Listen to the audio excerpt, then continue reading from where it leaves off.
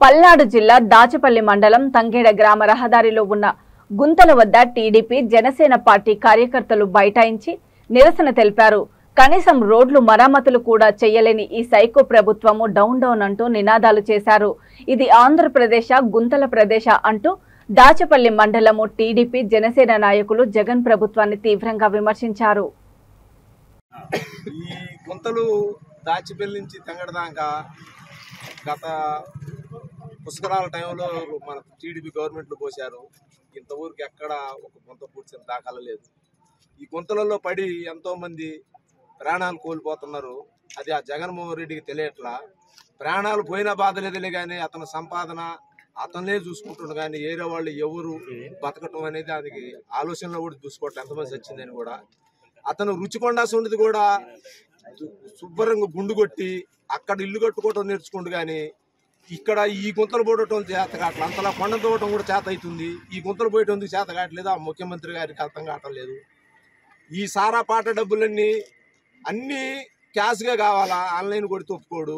ఒక్కరోజు వచ్చిన డబ్బులు ఆదా పెడితే ఈ గుంత పుడుతుంది. ఎమ్మెల్యే ముఖ్యమంత్రి గారు మీరు కొద్దిగా అర్థం చేసుకొని ఈ గుంతలను పూడ్చి ఆంధ్రప్రదేశ్ జనాన్ని కొద్దిగా కాపాడండి, ప్రాణాలు పోకుండా.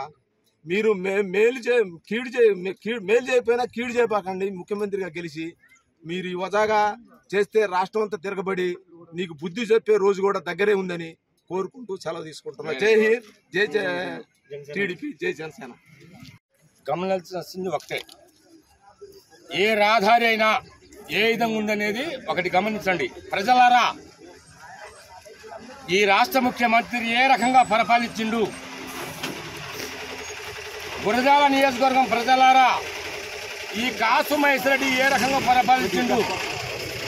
ఎక్కడన్నా ఇవాళ నిన్న సాయంత్రం 11 నెల 19వ తారీఖు అక్కడ ట్రాక్టర్ బోల్తబడి ఎన్ని వాహనాలు తంగడి రోడ్లు ఆగినాయో అది గమనించాలా. అది వాట్సాప్లో పెట్టాం. అందుకోసం ఈ రాష్ట్ర ముఖ్యమంత్రికి ఏది అర్థం కాదు. అక్రమ కేసులు పెట్టడమే ఒక ఇది. ఈ రాష్ట్ర ముఖ్యమంత్రికి అభివృద్ధి అనేది చాతగాని పని. ఈ రాష్ట్ర ముఖ్యమంత్రికి అభివృద్ధి అనేది ఎలాంటిదో తెలియని పని.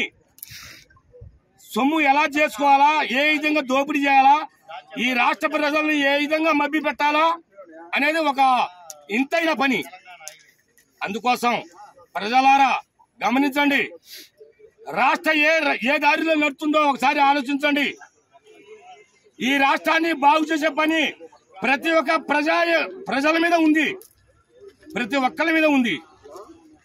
దీన్ని గమనించి 2024లో ఈ రాష్ట్ర ముఖ్యమంత్రికి బుద్ధి చెప్పాలని ప్రజలందరినీ కోరుకుంటూ సెలవు తీసుకుంటున్నాం. జై తెలుగుదేశం, జై జనసేన, జై చంద్రబాబు.